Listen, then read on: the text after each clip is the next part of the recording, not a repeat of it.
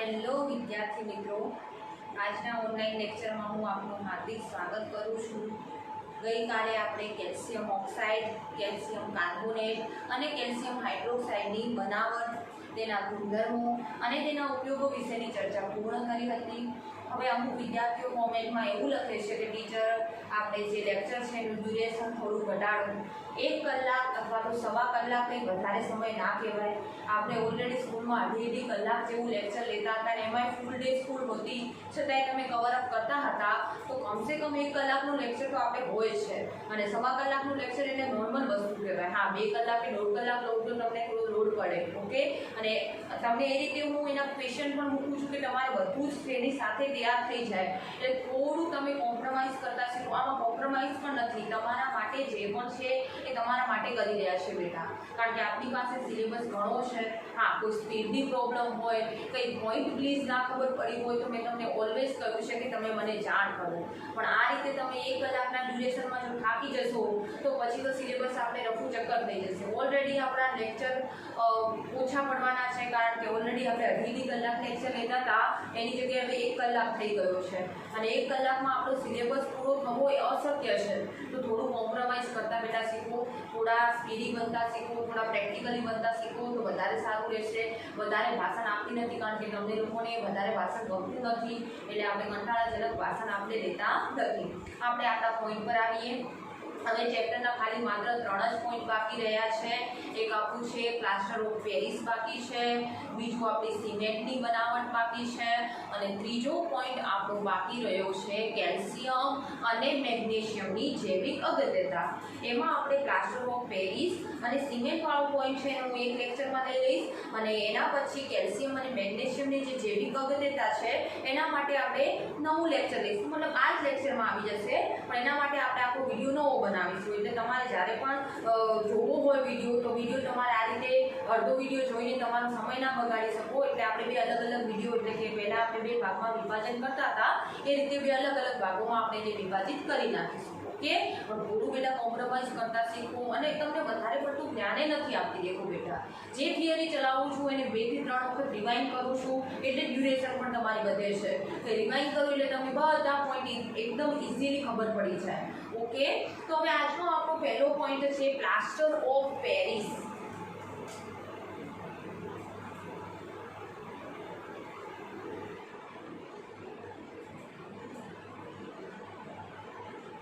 જેનું રાસાયણિક સૂત્ર છે CaSO4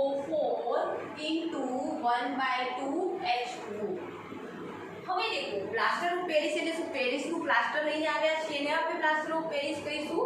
એક પ્રકારનું નામ છે પ્લાસ્ટર ઓફ પેરિસ, જેને આપણે રસાયણ વિજ્ઞાનની રીતે બોલવું હોય તો કઈ રીતે બોલીશું? તો તમને CaSO4 એટલે ખબર છે કે કેલ્શિયમ સલ્ફેટ થાય. એના અંદર 1/2H2O એટલે શું થયું? 1/2H2O એટલે H2 એટલે આપણે હાઇડ્રેટ અથવા જલયુક્ત સંયોજન કહીએ છીએ. 1/2H2 એટલે કે આપણે અર્ધ હાઇડ્રેટ બોલીશું. અર્ધ એટલે કે અડધો હાઇડ્રેટ કેલ્શિયમ સલ્ફેટનો ક્ષાર છે, જેને આપણે પ્લાસ્ટર ઓફ પેરિસ કહીએ છીએ. તો હવે આ પ્લાસ્ટર ઓફ પેરિસની બનાવટ કઈ રીતે કરવામાં આવે? તો એનો મુદ્દો છે બનાવટ. એના ગુણધર્મો નહીં આવે, માત્ર બનાવટ અને ઉપયોગો જ આવશે. તો એ માટે શું કરવામાં આવે છે? જીપ્સમ, જેને આપણે બીજું નામ આપીએ છીએ ચિરોડી, એને આપણે 393 કેલ્વિન તાપમાને ગરમ કરીએ છીએ. જીપ્સમ અથવા તો ચિરોડી, એનું બીજું નામ શું છે? ચિરોડી. એને 393 કેલ્વિન તાપમાને ગરમ કરવાથી આપણને પ્લાસ્ટર ઓફ પેરિસ મળે છે. તો જીપ્સમનું અણુસૂત્ર છે CaSO4 2H2O. આને આપણે જીપ્સમ કહીએ છીએ, અથવા એનું બીજું નામ છે ચિરોડી. એને આપણે કેટલા તાપમાને ગરમ કરવાના છીએ? 393 કેલ્વિન તાપમાને ગરમ કરીએ. આના 2 મોલ લઈ લઈએ.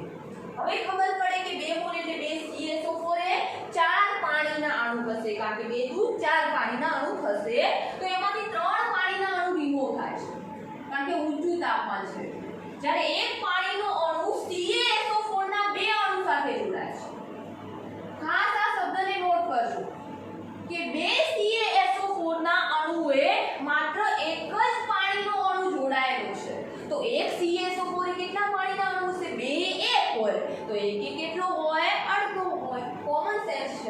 મતલબ કે આ તમને જે મળ્યું છે એ આપણું શું છે પ્લાસ્ટર ઓફ પેરિસ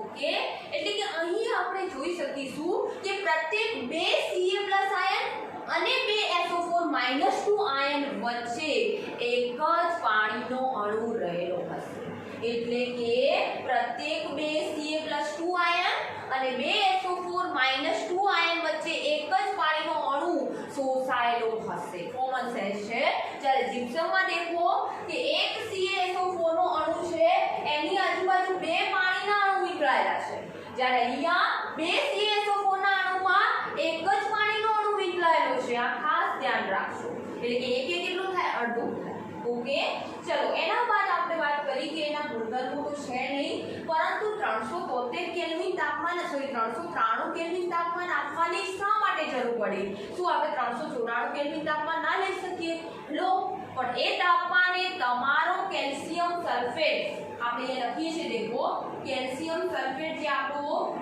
ડાયહાઇડ્રેટ હતો એના 2 મોલ લીધા હતા એ મોલને જો 393 કેલ્વિન થી ઊંચા તાપમાને એટલે કે મોર ધેન 393 કેલ્વિન તાપમાને એને ગરમ કરવામાં આવે તો બધા જ એટલે કે ચારે ચાર પાણીના અણુઓ દૂર થઈ જાય છે અને માત્ર તમારો નિર્જલીય એટલે કે પાણી વગરનો કેલ્શિયમ સલ્ફેટ વધે છે અને આ પાણી વગરનો કેલ્શિયમ સલ્ફેટ એને આપણે કહીએ છીએ મૃત એટલે મરી નથી ગયો પણ પાણી વગરનો છે એટલે મૃત બળેલો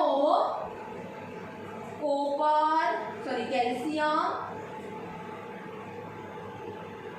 સલ્ફેટ અથવા કેલ્શિયમ સલ્ફેટ ના લખવું તો શું લખી શકો છો પ્લાસ્ટર મૃત બળેલું પ્લાસ્ટર અથવા તો મૃત બળેલો કેલ્શિયમ સલ્ફેટ આપણે એને કહીએ છીએ જ્યારે એને 393 કેલ્વિન થી ઊંચા તાપમાને ગરમ કરીએ છીએ તો ગરમ કરતી વખતે બહુ ધ્યાન રાખવું પડે છે કે તેને માત્ર ને માત્ર 393 કેલ્વિન તાપમાને જ ગરમ કરવાનું ત્યારબાદ એના ઉપયોગો દેખો કઈ થિયરી में વધારે છે નહીં તો એના ઉપયોગો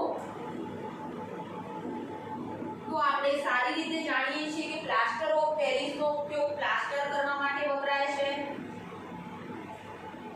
ત્યારબાદ બાંધકામમાં પણ ઉપયોગી છે એ સિવાય તમે સારી રીતે જાણો છો હાલ મસ્તી કરતા કરતા કે ડોટાઓને પડી જાઓ અને હાથમાં ફ્રેક્ચર પડે અથવા સ્નાયુઓમાં ફ્રેક્ચર પડે આપણે વચ્ચે સાધુને કિરણને થયું તો આપણો સ્નાયુમાં ફ્રેક્ચર પડ્યો તો ચાલી નતો શકતો તો એના ઉપર જે પટ્ટી લગાવવામાં આવી છે સ્નાયુ ઉપર એ શેની હશે પ્લાસ્ટર ઓફ પેરિસની હશે એના લીધે શું થાય જો તમારું સ્નાયુ ક્યાંય હલનચલન પામ્યું છે તો એ સ્નાયુને એક જગ્યાએ સ્થિર કરી દેવામાં આવે અને એ સ્થિર કર્યા બાદ તમે ફરીથી હલનચલન કરો એટલે ફરીથી સ્નાયુઓ છૂટા પડી જાય તો હતું એવું ને એવું દુખાવો ચાલુ થઈ જાય એટલે એ સ્નાયુઓ સ્થિર રહે અને એમના હલનચલનને આપણે અટકાવી શકીએ તે માટે આપણે અટકાવવા માટે પ્લાસ્ટર ઓફ પેરિસનો ઉપયોગ થાય છે હાડકું ક્યાંક વચ્ચેથી ભંગાઈ ગયું તો એ હાડકું છૂટું પડી ગયું એ હાડકાને ભેગા તો કરી નાખ્યા પણ જો એને પ્લાસ્ટર ઓફ પેરિસ વડે જોઈન ના કરવામાં આવે તો ફરીથી છૂટા પડી જાય હલનચલનથી તો ફરીથી દુખાવો શરૂ થઈ જાય તો એના હલનચલનને હાડકાઓના હલનચલનને પણ અટકાવવા માટે પ્લાસ્ટર ઓફ પેરિસનો ઉપયોગ થાય છે તો સામાન્ય વસ્તુ છે કે સ્નાયુ અને હાડકાના હલનચલનને અટકાવવા માટે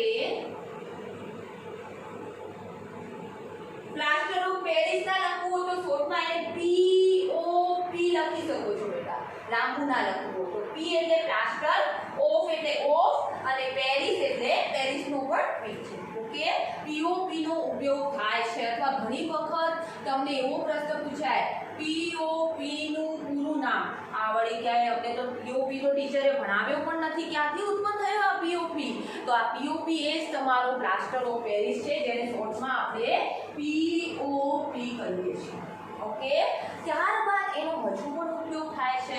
તમે ગણેશ ચતુર્થીના દિવસે ગણપતિ દાદાની મૂર્તિ લાવો છો, અથવા તો કોઈ આપણા નવરાત્રિ આવે છે તો મા દુર્ગાની મૂર્તિ આપણે લાવીએ છીએ. તો એ મૂર્તિ જે બની છે એ મૂર્તિ અથવા પૂતળા આપણે કહીએ છીએ. તો પૂતળા પણ શેના વડે બનેલા છે? પીઓપી થી. તો પૂતળાની બનાવટમાં એટલે કે પૂતળામાં થાય છે. ત્યારબાદ તમને દાંતમાં ક્યાંક છેદ પડી ગયો, સૂક્ષ્મ જીવાણુના લીધે તમારા દાંતમાં, આપણે ઇંગ્લિશમાં કેવિટી બોલીએ છીએ, ગુજરાતીમાં એને શું કહેવાય, કાણું પડી ગયું, હોલ પડી ગયો. તો એમાં તમને મર્ક્યુરી અને ઉપરના ભાગે લેવલ જે લગાડવામાં આવે છે એ પણ શેનું લગાડવામાં આવે છે? પ્લાસ્ટર ઓફ પેરિસનું. તો એમાં આપણે કહી શકીએ કે દંત વિદ્યામાં પણ તેનો ઉપયોગ થાય છે. ત્યારબાદ વિવિધ પ્રકારના તમે દેખ્યા હશે, એકદમ આપણે સફેદ કલરના છોકરીઓ દાગીના પહેરતી હશે, કાનમાં બુટ્ટીઓ પહેરતી હશે, ગળામાં હાથ પહેરતી હશે. તો એ શેનાથી બનેલા છે? યા તો પ્લાસ્ટર ઓફ પેરિસના હોય, અથવા તો હાથીઓ અને હાથી એના દાંતમાંથી બને છે. એટલે તો આપણે કહેવત છે કે જીવતો હાથી હોય ને 100 રૂપિયાનો, પણ મરેલો હાથી 1.25 લાખનો છે. અને એના ઉપર તો એક મૂવી પણ બન્યું છે, ટાઇગર શ્રોફ કે કયો હીરો છે યાદ નથી આવતું, જંગલી મૂવી છે. એ જંગલી મૂવીમાં હાથી ઉપર જ આખું મૂવી બન્યું છે. એમાં હાથીને મારે છે લોકો, જંગલમાંથી એનો શિકાર કરે છે, કારણ કે એની ચામડી પણ બહુ કિંમતી છે, એના દાંત તો સૌથી વધુ કિંમતી છે.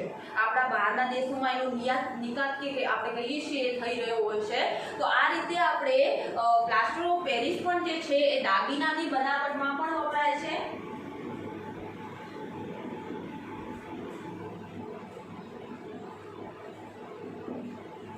અને બીજો એનો ઉપયોગ થાય છે, આપણે કાચ લગાવીએ છીએ. તો કાચ લગાવવા માટે આજુબાજુ સફેદ કલરનું જે લેવલ લગાડીએ છીએ, બીબા જેને કહીએ છીએ, ઉપરનો ભાગ, આપણા દાંતના બીબા એટલે ઉપરનું લેયર આવે, એ રીતે આપણા કાચના બીબાની બનાવટમાં પણ તેનો ઉપયોગ થાય છે.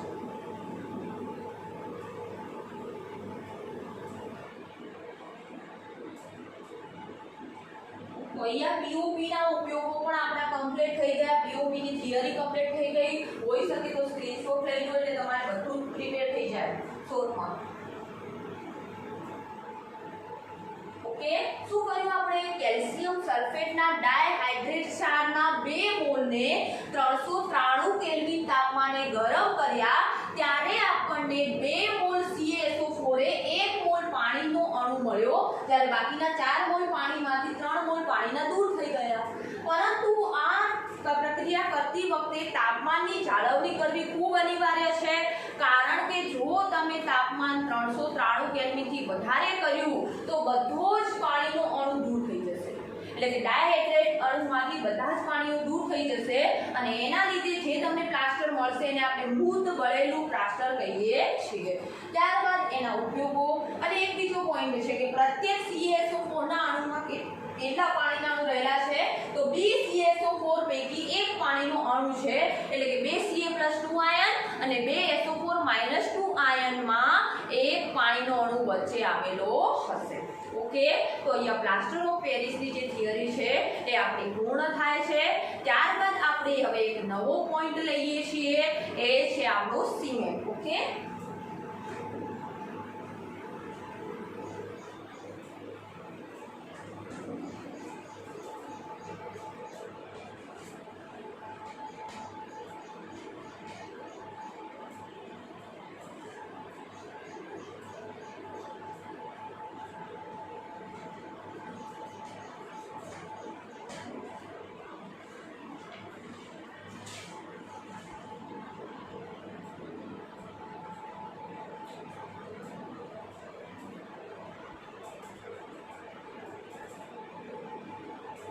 સિમેન્ટની શોધ કરનાર વૈજ્ઞાનિકનું નામ છે જોસેફ એસ્પિડીને.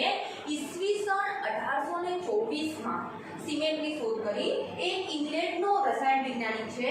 તો આ જે વૈજ્ઞાનિકનું નામ છે આપણે કહ્યું હાલ જ કે જોસેફ એસ્પિડીને સિમેન્ટની શોધ કરી. કયા સમયગાળામાં કરી છે? ઈસવીસન 1824માં તેની શોધ કરી છે. હવે આ સિમેન્ટને આપણે પાર્ચલેન્ડ સિમેન્ટ પણ કહીએ છીએ. કે પાર્ચલેન્ડ સિમેન્ટનો અર્થ શું થાય? થાય છે. તો જ્યારે આ ઇંગ્લેન્ડનો રસાયણ વૈજ્ઞાનિક કાર્ય કરતો હશે ત્યારે ઇંગ્લેન્ડ, કારણ કે ઇંગ્લેન્ડનો રસાયણ વૈજ્ઞાનિક છે, તો ઇંગ્લેન્ડની એક ખીણ છે જેનું નામ છે ઈસલ ઓફ પાર્ચલેન્ડ. કઈ ખીણ?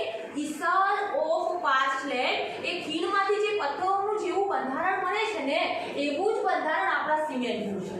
એટલે આપણે એને કહીએ છીએ પાર્ચલેન્ડ સિમેન્ટ, કે પાર્ચલેન્ડ પથ્થર જેવું, એટલે કે પાર્ચલેન્ડ ખીણમાંથી મળતા પથ્થર જેવું જ એનું બંધારણ છે. હવે એને બનાવવા માટે કઈ કઈ વસ્તુની અનિવાર્યતા છે, અથવા તો કયા કયા પ્રારંભિક પદાર્થોની જરૂર પડે છે, તો એમાં પ્રારંભિક પદાર્થ તરીકે આપણા છે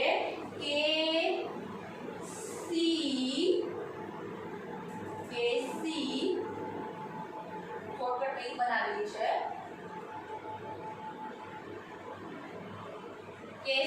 कैसे आम फेंके. कैसे आम फेंके, किस तरह से कैसे आम फेंके, किस तरह के बड़े आम फेंके हैं, छोटे आम फेंके हैं, ऐसा हो रहा है इसका मीनिंग. के એટલે કેલ્શિયમ ઓક્સાઇડ. देखो બધું તમને આવડી જશે આમાંથી બેટા. શોર્ટકટ ટ્રીક એટલે બનાવું છું કારણ કે તમને બધું ઈઝી રહે. સે એટલે સિલિકોન ડાયોક્સાઇડ. બધા જ ઓક્સાઇડ હશે, મોટા ભાગના બધા સંયોજનોના ઓક્સાઇડ છે. આ એટલે એલ્યુમિનિયમ ઓક્સાઇડ, N2O3 ઓક્સિડેશન અવસ્થા આપણે એટલે સંયોજન બનાવવું તો એકદમ ઈઝી થાય. મ એટલે મેગ્નેશિયમ ઓક્સાઇડ. મ એટલે મેગ્નેશિયમ ઓક્સાઇડ અને ફે એટલે આયન, Fe2O3 આયન. આ ઘટક તત્વોનો ઉપયોગ કરવામાં આવે છે. આ બધી વસ્તુઓને મિશ્ર કરો એટલે તમારો સિમેન્ટ રેડી થઈ જાય. પણ કેટલું પ્રમાણ મિશ્ર તો કરીએ પણ કોનો કેટલો જથ્થો હોવો જોઈએ એ બાબત પણ જાણવી એટલી જ અનિવાર્ય છે. તો એમાં જે આપણું પહેલું જ પદાર્થ છે કેલ્શિયમ ઓક્સાઇડ. એમાં કેલ્શિયમ ઓક્સાઇડનું પ્રમાણ છે 50 થી 60%. એટલે કે લગભગ અડધો તો કેલ્શિયમ ઓક્સાઇડ જ ઉમેરાઈ જાય છે. સિલિકોન ડાયોક્સાઇડનું પ્રમાણ છે 25 થી 30%. એલ્યુમિનિયમ ઓક્સાઇડનું પ્રમાણ છે 5 થી 10%. અને મેગ્નેશિયમ ઓક્સાઇડનું પ્રમાણ છે 2 થી 3%. અને આયર્ન ઓક્સાઇડનું પ્રમાણ છે 1 થી 2%. બેટા પ્રમાણનો જથ્થો તો આપણે બસ આમ રાખીએ છીએ એટલે કોઈ એમાં હું તમને ટ્રીક ના આપી શકું, એટલે એ આપણે યાદ રાખી દેવાનું અથવા કોઈ નંબર બનાવી દેવાનો, એનાથી તમને ઈઝીલી યાદ રહે. તમે એનો બહુ મારા કરતાં વધારે સારા બ્રિલિયન્ટ છો એટલે આ બનાવ તો તમે બહુ સારી રીતે કાર્ય કરી શકશો. ઓકે, એમાં તો મેં જોઈ દીધું તો આગળ ક્વેશ્ચનમાં તત્વોનું તમને કહ્યું કે તત્વોને શોર્ટકટ ટ્રીક તો હજારો છોકરાઓ હજારો પ્રકારની ટ્રીકો બનાવતા હતા. એમાં તો આપણે એક્સપર્ટ છીએ, બસ ભણવામાં આવા એક્સપર્ટ થઈ જાઓ તો અમને પણ ભણાવવાની મજા આવે. હવે ત્યારબાદ સિમેન્ટ અલગ અલગ કંપનીઓ અલગ અલગ પ્રકારના સિમેન્ટ બનાવે છે. અમુક સિમેન્ટ સારી ગુણવત્તાવાળું હોય છે, જેમ કે અંબુજા સિમેન્ટમાં તો એવું કહે છે કે ઉસકે કણ કણ में जान है, मतलब કે એ સિમેન્ટથી આપણે જો મોઢામાં ભૂલથી આપણે જતો રહે તો આપણે જીવતા થઈ જઈએ, એવું કોઈ જોક્સમાં મેં સાંભળેલું છે. એના આપણે ડીપમાં નથી જતા. તો સારી ગુણવત્તાવાળું આપણે સિમેન્ટ મેળવવું હોય તો એમાં કયા ઘટક તત્વોનું પ્રમાણ કેટલું હોવું જોઈએ, તો એમાં પહેલા એવું કહ્યું છે કે સિલિકોન ડાયોક્સાઇડ અને એલ્યુમિનિયમ ઓક્સાઇડનો ગુણોત્તર. કોનો ગુણોત્તર કહું છું? સિલિકોન ડાયોક્સાઇડ અને એલ્યુમિનિયમ ઓક્સાઇડનો ગુણોત્તર, એટલે કે SiO2/N2O3 જે છે એ આપણું કેટલું હોવું જોઈએ? 2.5 થી 4% જેટલું અથવા 4 જેટલું હોવું જોઈએ.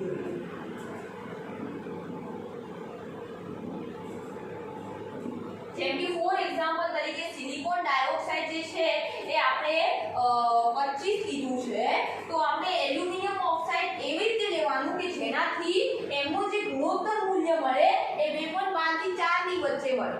ઓકે, ક્લિયર છે આટલા સુધી? ત્યારબાદ આપણે બીજું પણ કહ્યું છે સારી ગુણવત્તા માટે આ કાર્ય કરીએ છીએ. આ સામાન્ય સિમેન્ટ બનાવવા માટે કામ છે. શું કરીએ છીએ, કઈ રીતે સિમેન્ટ બનાવીએ છીએ, વિધિ હજુ સમજાવવાની છે. આ તો જસ્ટ વાત કરીએ છીએ કે સિમેન્ટ બનાવવા માટે શું શું હોવું જોઈએ, કોનો જથ્થો કેટલો હોવો જોઈએ એની ચર્ચા કરીએ છીએ. ત્યારબાદ એવું પણ કહ્યું છે કે તેમાં કેલ્શિયમ આ મટીરીયલમાં નહીં હોય, calcium oxide, aluminium oxide, iron oxide અને સિલિકોન ડાયોક્સાઇડનો સરવાળાનો ગુણોત્તર calcium oxide upon aluminium oxide, iron oxide અને સિલિકોન ડાયોક્સાઇડના સરવાળાનો ગુણોત્તર કેટલો હોવો જોઈએ? 2 જેટલો. ગુણોત્તર એટલે કે આનો અને આ સરવાળાનો આના વડે કેલ્શિયમ ઓક્સાઇડ વડે આ સરવાળો ભાગીએ ત્યારે એ 2 જેટલું મળે. એનાથી જે તમને મળે છે સિમેન્ટ એ સૌથી સારામાં સારો મળે છે. જેમ કે ફોર એક્ઝામ્પલ તરીકે તમારો કેલ્શિયમ ઓક્સાઇડ 50% હોય તો આ ત્રણેયનો સરવાળો તમારો કેટલો થવો જોઈએ જેથી આપણને 50 જે છે એનું આપણને બેલેન્સ એને 2 જેટલું મળે. તો તમને ખબર છે કે આ ત્રણેયનો સરવાળો 25 થવો જોઈએ. તો 25 નું 50 થઈ જાય. ઓકે, ક્લિયર છે બેટા? આશા રાખું છું કે આ પોઈન્ટ સમજાઈ ગયો છે કે ધારો કે તમારો કેલ્શિયમ ઓક્સાઇડ તમે 50% લીધો છે તો આ ત્રણેય ઘટકનો એલ્યુમિનિયમ ઓક્સાઇડ, આયર્ન ઓક્સાઇડ અને સિલિકોન ડાયોક્સાઇડનો ગુણોત્તર કેટલો હોવો જોઈએ? 25% હોવો જોઈએ. ટકાવારી કટ થઈ જશે, 25 to 50 આપણને મળી જશે. હવે આપણે પોઈન્ટ એ છે કે સિમેન્ટની બનાવટ કઈ રીતે કરવામાં આવે અથવા કઈ રીતે ક્લિંકર સિમેન્ટ બનાવવામાં આવે છે. ક્લિંકર સિમેન્ટ એટલે શું એ હું તમને સમજાવું. પહેલા શું કરવામાં આવે? મુખ્ય ઘટક તત્વો તરીકે તમે જોશો તો 2 તત્વોનું અથવા 2 અણુઓનું બંધારણ સૌથી વધારે હશે.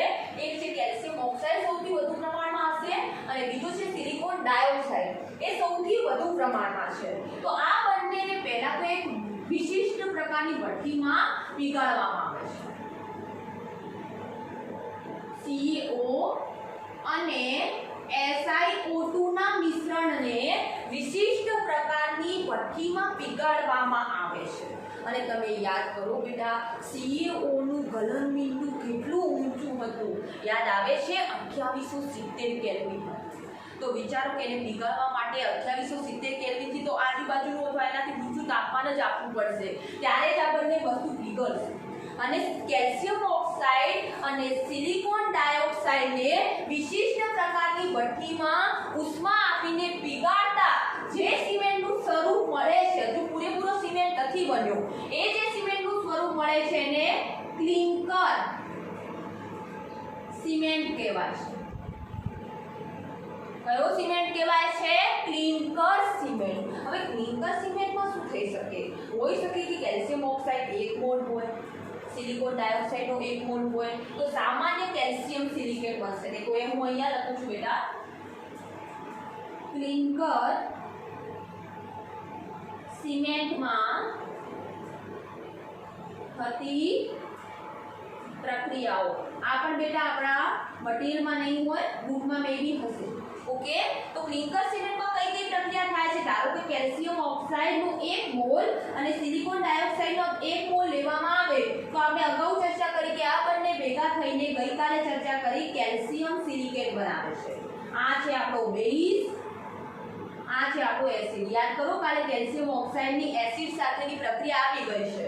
પણ જો કેલ્શિયમ ઓક્સાઇડના આપણે 2 મોલ લઈએ અને સિલિકોન ડાયોક્સાઇડનો 1 જ મોલ લઈએ તો એમાંથી શું બનશે?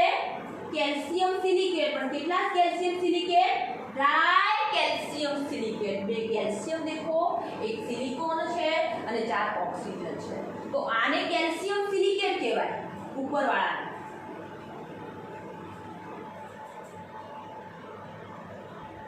જ્યારે નીચેવાળાને શું કહેવાશે? ડાય કેલ્શિયમ સિલિકેટ. ઓકે, અને જો કેલ્શિયમ ઓક્સાઇડના 3 મોલ લઈ લેવામાં આવે અને સિલિકોન ડાયોક્સાઇડના 2 મોલ લેવામાં સોરી 1 જ મોલ લેવામાં આવે તો એમાંથી શું બનશે? જો 2 કેલ્શિયમ હોય તો ડાયકેલ્શિયમ, 3 હોય તો ટ્રાયકેલ્શિયમ સિલિકેટ. એમાં ઓક્સિજન આપણે જોઈ લઈએ 3 ને 2 5. ઓકે, તો આનું નામ થશે ટ્રાયકેલ્શિયમ સિલિકેટ. નીટના વિદ્યાર્થીઓ ખાસ આ લખજો બેટા કે 3 નિપજો મળી શકે. જો એક કેલ્શિયમ ઓક્સાઇડનો મોલે મતલબ કેલ્શિયમ ઓક્સાઇડ અને સિલિકોન ડાયોક્સાઇડના સરખા મોલ એડ કરવામાં આવશે તો સામાન્ય કેલ્શિયમ સિલિકેટ બનશે. જો કેલ્શિયમ ઓક્સાઇડના 2 મોલ લેવામાં આવશે તો ડાયકેલ્શિયમ સિલિકેટ બનશે અને જો કેલ્શિયમ ઓક્સાઇડના 3 મોલ લેવામાં આવશે તો ટ્રાયકેલ્શિયમ સિલિકેટ બનશે. ઓકે, અને જો કેલ્શિયમ ઓક્સાઇડ અને એલ્યુમિનિયમ ઓક્સાઇડ લેવામાં આવે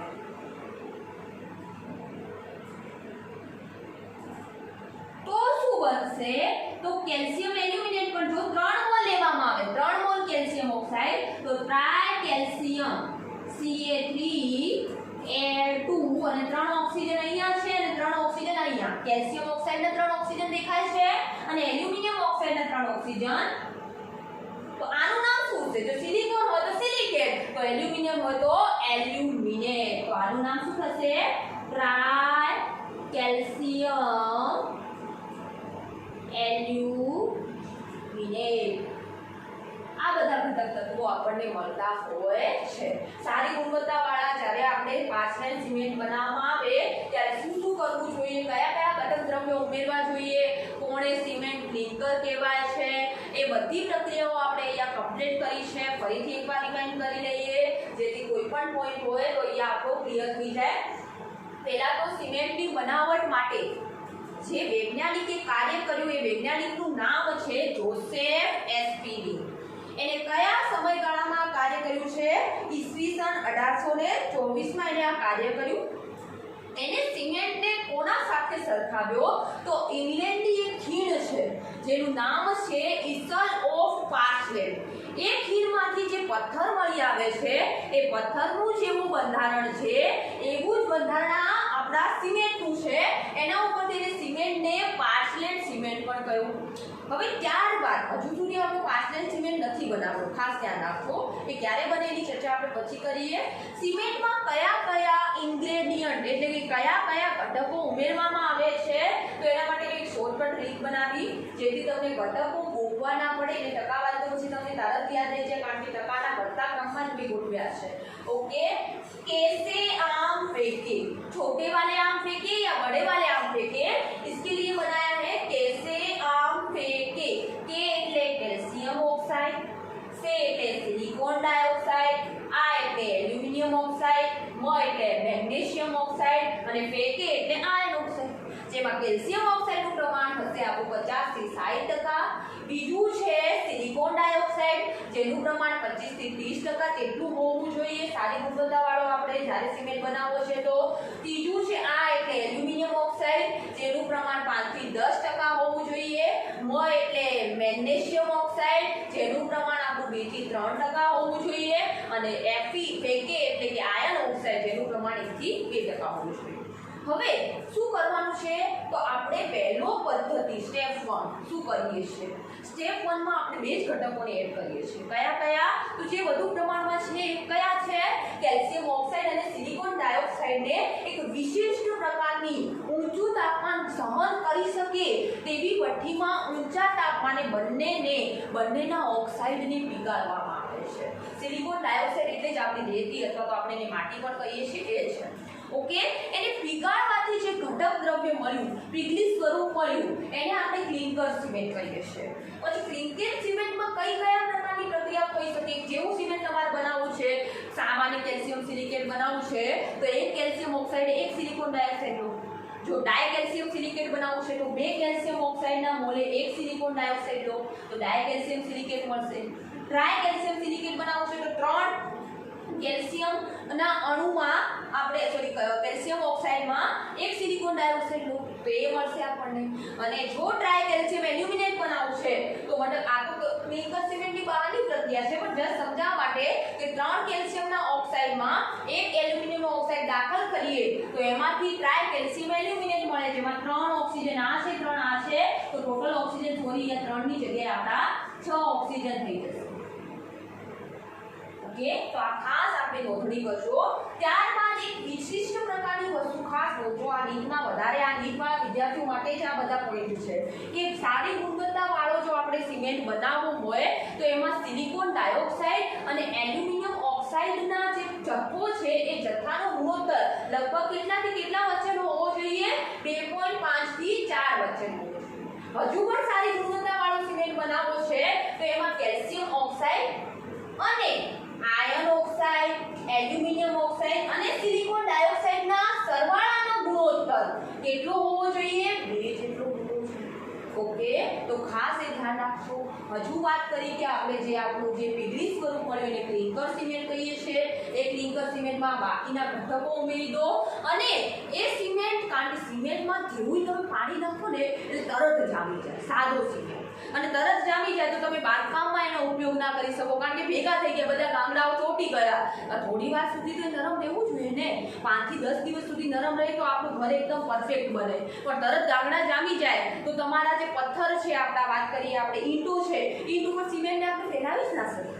ઓકે, તો આ ખાસ ધ્યાન રાખજો કે સિમેન્ટના આ બધા ઘટકોને જો થોડું પાણી આપવામાં આવે તરત જામી જાય. તો એને જામવાની ક્રિયાને ધીમી પાડવા, જમાડવાનું તો છે, જો જામે નહીં તો ઘર તૂટી જાય 2 દિવસમાં, પણ જામવાની ક્રિયાને ધીમી પાડવા માટે એમાં જીપ્સમ ઉમેરવામાં આવે છે. આગળ પ્લાસ્ટર ઓફ પેરિસમાં આવી ગયું. જીપ્સમ એટલે શું? તો આ બધા ઘટક દ્રવ્યો ભેગા કર્યા બાદ તમારો સિમેન્ટ જામી ના જાય એટલે એમાં CaSO4 * 2H2 ઉમેરી દેવામાં, અને એના લીધે સિમેન્ટના જામવાની ક્રિયા ધીમી પડે છે. તો દેખો એના પછીનો પોઈન્ટ એ જ છે કે સિમેન્ટ કઈ રીતે જામે છે. તો સિમેન્ટમાં થોડા પ્રમાણમાં પાણી આપતા તેમના ઘટકો અણુનું જલીયકરણ કરી, એટલે કે પાણીના અણુને શોષીને એ અણુઓ શું થઈ જાય છે, એકદમ કડક કઠિન બની જાય છે. અને કઠિન બની જાય તો એનો એ સિમેન્ટનો ઉપયોગ આપણે બાંધકામમાં ના કરી શકીએ. તો એના બાંધકામમાં એનો કાર્ય સારી રીતે કરી શકીએ તે માટે આપણે સિમેન્ટને જામવાની ક્રિયા તો જાળવી રાખવાની છે. એવું નથી કે જામવા નથી દેવો, પણ જામવાની ક્રિયા ધીમી પાડવા માટે એમાં શું ઉમેરવામાં આવે છે? જીપ્સમ ઉમેરવામાં આવે છે, જેથી જામવાની ક્રિયાને લગભગ 7 થી 8 દિવસ લાગે છે. અને એટલા સુધી તમારું ઘર એકદમ કમ્પ્લીટલી, મતલબ ઘરનો જે બાંધો છે એ કમ્પ્લીટલી તમારો બની જાય છે. ઓકે, તો અહીંયા આપણો જે પોઈન્ટ છે સિમેન્ટનો, એના આપણે બનાવટ કઈ રીતે કરી, સિમેન્ટની જામવાની ક્રિયા કઈ રીતે છે એ કમ્પ્લીટ થાય છે. એમાં કોઈ સમીકરણ એ રીતે નથી કે આમાંથી આ બને છે, જો કે અહીંયા બુકમાં ક્યાંય નથી આ સમીકરણ, છતાંય મેં લખ્યા છે. તો આ ખાસ એની નોંધણી કરજો. ઓકે, ત્યારબાદ આપણે એના ઉપયોગો, તો ઉપયોગો શું છે હાલ જ વાત કરી. બાંધકામમાં, કોના બાંધકામમાં? આપણું ઘર છે, ઘરની બાંધકામમાં, મોટી મોટી ઇમારતો છે, ઇમારતોની બાંધકામમાં, પુલના બાંધકામમાં, અથવા બંધ જે આપણે બનાવીએ છીએ બંધના બાંધકામમાં તેનો ઉપયોગ થાય છે. તો અહીંયા સિમેન્ટ વાળો પોઈન્ટ પણ આપણો વાદ્ય પૂર્ણ થઈ જાય છે. અહીંયા આપણે કેલ્શિયમ યુક્ત સંયોજનોનો જે પોઈન્ટ છે એને કમ્પ્લીટ કરી દીધો છે. હવે આશા રાખું છું કે મારે એને બીજી વાર રિવિઝન કરાવવાની જરૂર ના પડે, એટલે તમારું જે આપણે કહીએ છીએ લેક્ચરનું ડ્યુરેશન તમે કહો છો વધી જાય છે, તે વધે નહીં. ઓકે, તો અહીંયા આપણે સિમેન્ટ અને કેલ્શિયમ યુક્ત સંયોજનોને આપણે પૂર્ણ કરીએ છીએ.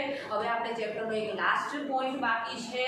એ પોઈન્ટ છે આપણો કેલ્શિયમ અને મેગ્નેશિયમની જૈવિક અગત્યતા. એને હું બીજા વિડીયોના ફોર્મમાં તમને મૂકું છું, એટલે તમારે ગમે ત્યારે જોવું હોય તો તમને ઈઝી પડે હશે.